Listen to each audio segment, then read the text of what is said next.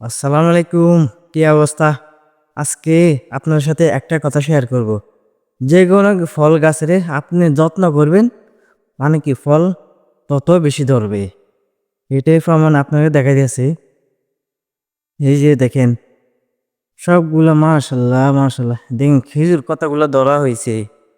আর তাদেরকে তো একটা নেট লাগিয়ে দেওয়া হইছে, কারণ এই যে ফাঁকিগুলা খেয়ে ফেলে বেশিরভাগ পাখনাগুলা। আর কিনা জোরে জোরে পড়ে যায় নিচে, মাটির নিচে, এই জন্য লাগানো হয়েছে নেটগুলা। দেখেন আপনার কথা হয়েছে, আপনি যতই যত্ন নেবেন ফল ততই মানে বেশি ধরবে। এই যে প্রমাণ দেখুন, এই ছোট্ট একটা খেজুর গাছ, বড় না, ছোট্ট একটা খেজুর গাছ।